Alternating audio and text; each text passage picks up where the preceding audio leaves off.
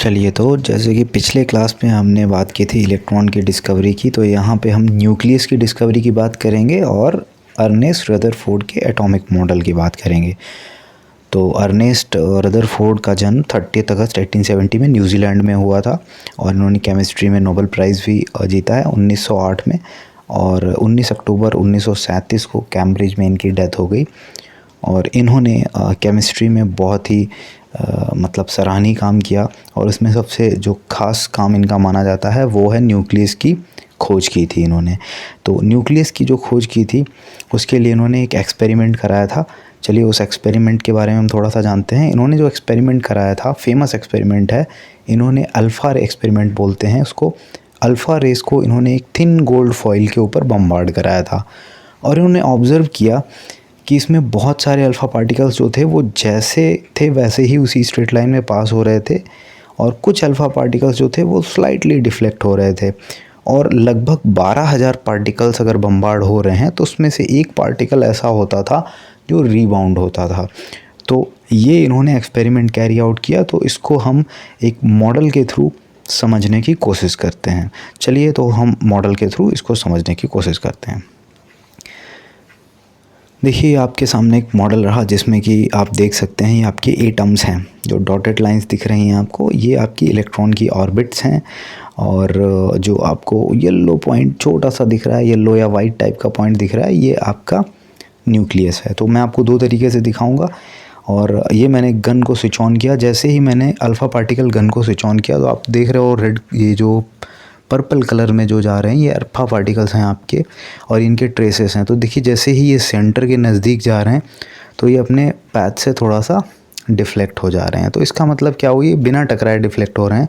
और alpha particles जो होते हैं इसके अंदर 2 प्रोटॉन और 2 न्यूट्रॉन, बेसिकली ये हीलियम का न्यूक्लियस ही होता है, तो पॉजिटिवली चार्ज होते हैं। और पॉजिटिवली चार्ज पार्टिकल को अगर रिपेल कर सकता है कोई, तो कौन कर सकता है? सिर्फ़ और सिर्फ पॉजिटिव चार्ज ही रिपेल कर सकता है। तो यहाँ पर वही हो रहा है, पॉजिटिव चार्ज जो है वो इनको रिपेल कर रहा है। दैट मीन्स अल्फ़ा पार्टिकल तो पॉजिटिवली चार्ज है ही, तो सेंटर में जो पॉइंट है ये रिपेल कर रहा है, ये भी पॉजिटिवली चार्ज है। तो आप भी ऑब्जर्वेशन करते रहिए यहाँ पे कि ये रिपेल कर रहा है, इसका मतलब ये पॉजिटिव चार्ज है, इसका मतलब सेंटर जो होता है एटम का वो पॉजिटिवली चार्ज होता है। ठीक है, तो अब हम इसको थोड़ा सा स्विच करेंगे। अभी हम एटॉमिक स्केल पे देख रहे थे, अब हम इसको न्यूक्लियस की स्केल पे देखते हैं।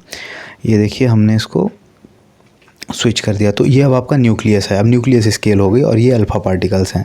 तो अभी देखिए सिंगल न्यूक्लियस दिख रहा है, अब न्यूक्लियस के आसपास आपके अल्फ़ा पार्टिकल्स आ रहे हैं और देखिए किस तरीके से डिफ्लेक्ट होते जा रहे हैं। ठीक है, तो इनका जो डिफ्लेक्शन है वो इनकी काइनेटिक एनर्जी के ऊपर ही डिपेंड करता है। और ये जो आपको न्यूक्लियस दिख रहा है ये गोल्ड का न्यूक्लियस है, इसके पास 79 प्रोटॉन्स हैं और 118 इलेक्ट्रॉन जैसे न्यूट्रॉन्स हैं। तो वैसे भी न्यूट्रॉन्स से हमें इतना मतलब नहीं, हमें मतलब है इनके प्रोटॉन से।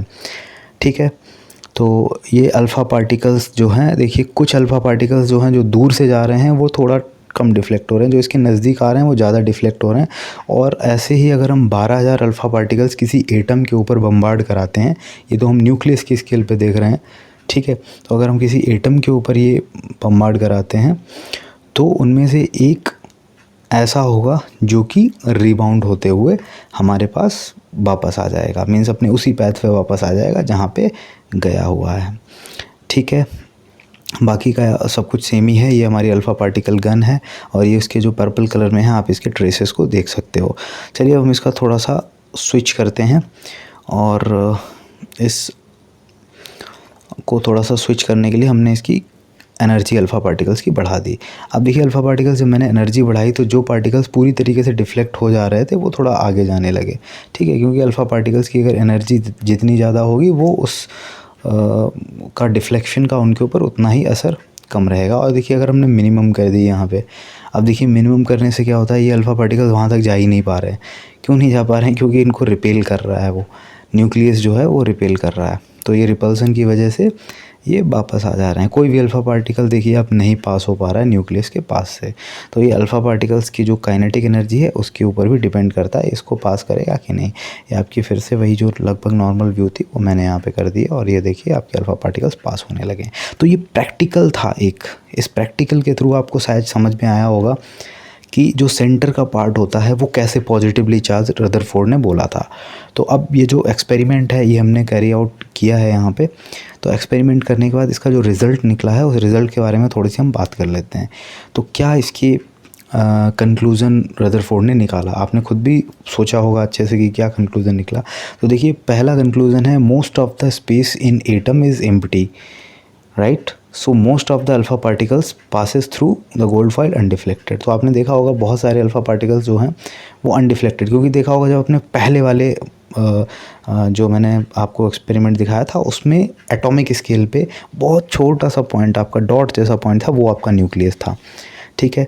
तो अब क्योंकि आपके अल्फ़ा पार्टिकल्स जो हैं वो उनके ऊपर फोर्स लग रहा है रिपल्शन का, तो इसका मतलब आपके जो सेंटर में जो पार्टिकल है वो पॉजिटिवली चार्ज है, या पार्टिकल है या जो भी है वो पॉजिटिवली चार्ज है, ठीक है। तो और साइज़ जो है उसका बहुत ही छोटा है इन कंपैरिजन टू द आपका एटम की कंपैरिजन में न्यूक्लियस का साइज़ जो है बहुत ही छोटा है। और ऑलमोस्ट सारा का सारा जो मास होता है वो आपका न्यूक्लियस में ही होता है, क्योंकि आपने इलेक्ट्रॉन देखा बहुत हल्का होता है, बाकी जो मास होगा वो प्रोटॉन और न्यूट्रॉन में ही होगा। तो अभी रदरफोर्ड का एटॉमिक मॉडल है, इसमें क्या है कि इन्होंने 3 पॉइंट्स, मेन इनके पॉइंट्स थे। There exist and positively charge nuclear in an atom, positively charge nucleus होता है जो कि एटम में एग्जिस्ट करता है, and almost all the atom's mass of the atom is concentrated here, पूरे के पूरे एटम का मास यहीं पे कंसनट्रेटेड होता है। और निगेटिवली चार्ज इलेक्ट्रॉन्स जो होते हैं वो इसके चारों तरफ कुछ सर्किल डिस्क्रीट ऑर्बिट्स होती हैं, उनमें चक्कर लगाते हैं। और size of nucleus is very small compare to the size of atom. ये 3 पॉइंट इन्होंने इससे निकाल के दिए।